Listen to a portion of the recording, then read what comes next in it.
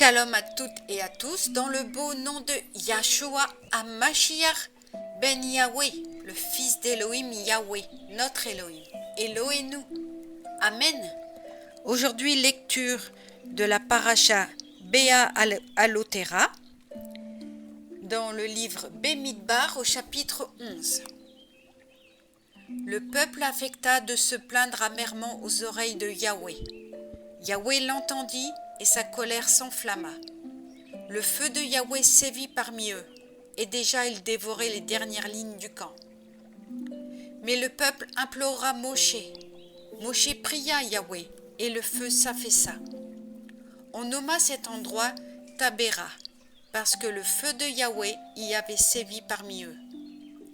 Or, le ramas d'étrangers qui était parmi eux fut pris de convoitise.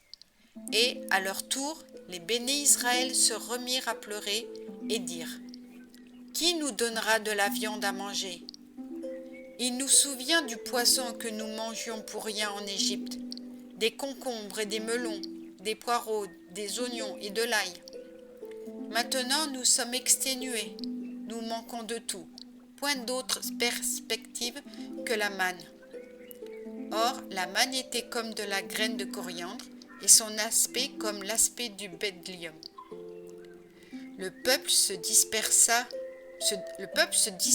pour la recueillir, puis on l'écrasait sous la meule et on la pilait au mortier.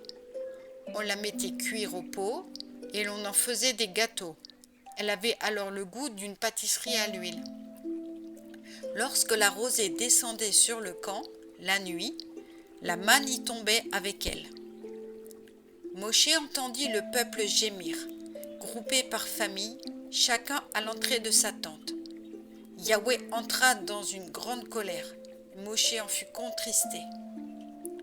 Et il dit à Yahweh : Pourquoi as-tu rendu ton serviteur malheureux ? Pourquoi n'ai-je pas trouvé grâce à tes yeux et m'as-tu imposé le fardeau de tout ce peuple ? Est-ce donc moi qui ai conçu tout ce peuple, moi qui l'ai enfanté, pour que tu me dises : porte-le dans ton sein comme le nourricier porte le nourrisson, jusqu'au pays que tu as promis par serment à ses pères ? Où trouverai-je de la chair pour tout ce peuple qui m'assaille de ses pleurs en disant : donne-nous de la chair à manger ?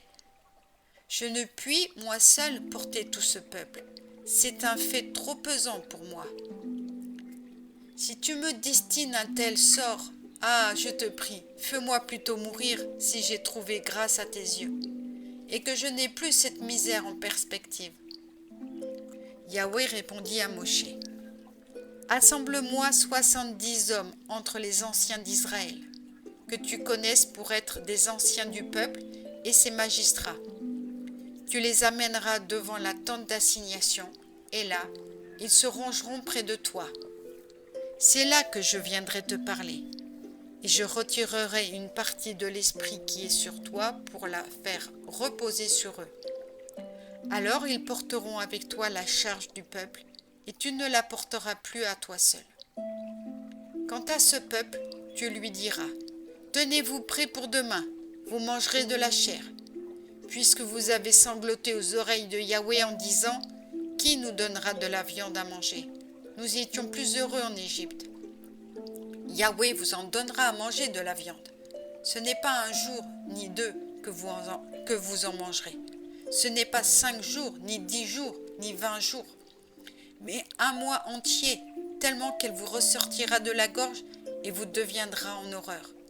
Parce que vous avez outragé Yahweh, qui est au milieu de vous, et que vous avez pleuré devant lui en disant : Pourquoi sommes-nous sortis de l'Égypte ? Moshe répartit. 600 000 voyageurs composent le peuple dont je fais partie, et tu veux que je leur donne de la viande à manger pour un mois entier ? Faudra-t-il leur tuer brebis et bœufs pour qu'ils en aient assez ? Leur amasser tous les poissons de la mer pour qu'ils en aient assez ? Et Yahweh dit à Moshe : Est-ce que le bras de Yahweh est trop court ? Tu verras bientôt si ma parole s'accomplit devant toi ou non. Moshe se retira et rapporta au peuple les paroles de Yahweh.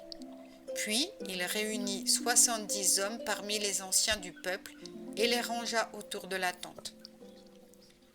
Yahweh descendit dans une nuée et lui parla, et détournant une partie de l'esprit qui l'animait, la reporta sur ces 70 personnages, sur les anciens. Et aussitôt que l'esprit se fut posé sur eux, ils prophétisèrent, mais ils ne le firent plus depuis. 2 de ces hommes étaient restés dans le camp, l'un nommé Eldad, le second Médad. L'esprit se posa également sur eux, car ils étaient sur la liste, mais ne s'étaient pas rendus à la tente, et ils prophétisèrent dans le camp.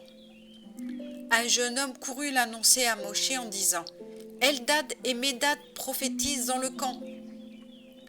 Alors Yahushua, Josué, fils de Nun, serviteur de Moshe depuis sa jeunesse, prit la parole et dit « Mon maître, Moshe, empêche-les » Moshe lui répondit « Tu es bien zélé pour moi. Ah, plus au ciel que tout le peuple d'Élohim se composa de prophètes, que Yahweh fit reposer son esprit sur eux. » Et Moshe rentra dans le camp, ainsi que les anciens d'Israël.